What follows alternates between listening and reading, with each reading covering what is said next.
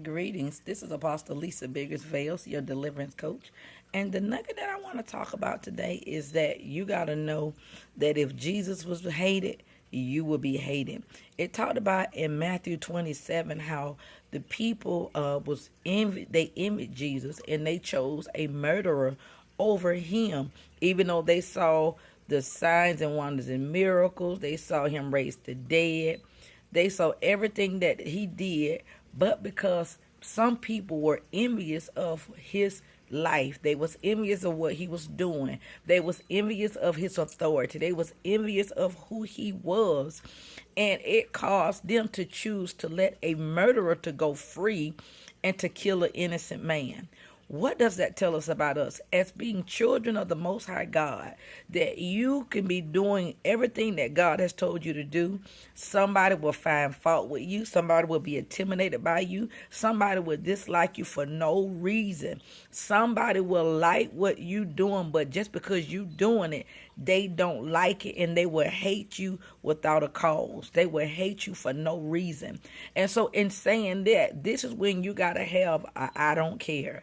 You got to have your eyes so focused on the assignment that God has given you and take your eyes off what it is, what people are saying, what people are doing, the slander, the accusations, whatever that it is, because the enemy is using those people to try to get you distracted. And you got to understand, if Jesus was hated for his assignment, you got to know that you're going to be hated by the enemy for your assignment. And so this is where you got to begin to make up your mind and choose to let go.